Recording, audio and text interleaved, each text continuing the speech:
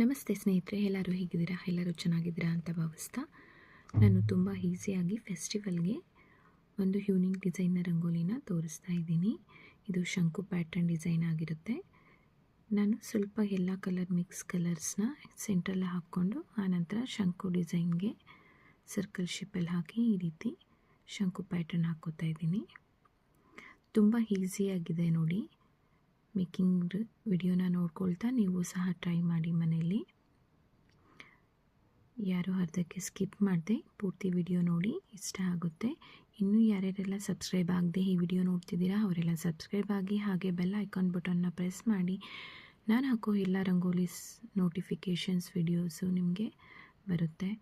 ಹಾಗೆ ಲೈಕ್ ಮಾಡಿ, ಶೇರ್ ಮಾಡಿ, ಕಮೆಂಟ್ ಸಹ ಮಾಡಿ. ತುಂಬ ಈಸಿ ಮೆಥಡಲ್ಲಿ ತುಂಬ ಯೂನಿಕ್ ಆಗಿರೋವಂಥ ರಂಗೋಲೀಸ್ನ ನಾನು ತೋರಿಸ್ತಾ ಇರ್ತೀನಿ. ಪ್ರತಿಯೊಬ್ಬರು ಸಹ ಈಸಿಯಾಗಿ ಹಾಕ್ಬೋದು.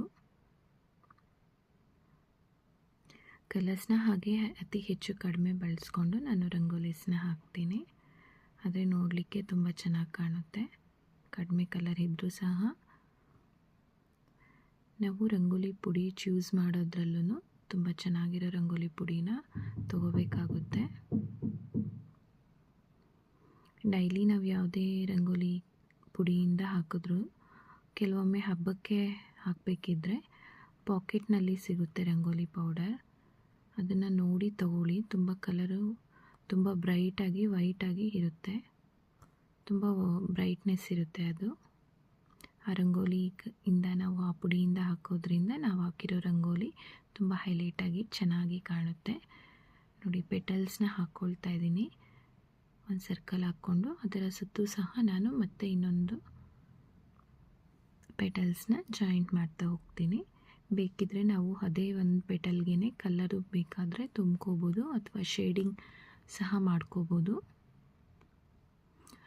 ನಾನು ತೋರಿಸೋ ಎಲ್ಲ ರಂಗೋಲಿ ಅತಿ ಹೆಚ್ಚು ಫ್ರೀ ಹ್ಯಾಂಡ್ ರಂಗೋಲಿ ಆಗಿರುತ್ತೆ. ಇದು ನಾವು ಒಂದು ಪ್ಯಾಟರ್ನ್ ರಂಗೋಲಿನ ತಗೊಂಡು ನೀವು ನಿಮಗೆ ಇಷ್ಟ ಆಗೋ ರೀತಿ ಬೇಕಾದ್ರೂ ಅದನ್ನು ಇನೋವೇಟಿವ್ ಆಗಿ ನೀವು ಸಹ ಹಾಕ್ಕೋಬೋದು. ನಾನು ತೋರಿಸೋ ಎಲ್ಲ ರಂಗೋಲಿ ವಿಡಿಯೋ ನಿಮಗೆ ಇಷ್ಟ ಆಗಿದೆ ಅಂತ ಭಾವಿಸ್ತಾ, ಇನ್ನೂ ಯಾರ್ಯಾರೆಲ್ಲ ಸಬ್ಸ್ಕ್ರೈಬ್ ಆಗದೆ ನೋಡ್ತಿದ್ದೀರಾ ಅವರೆಲ್ಲ ಸಬ್ಸ್ಕ್ರೈಬ್ ಆಗಿ.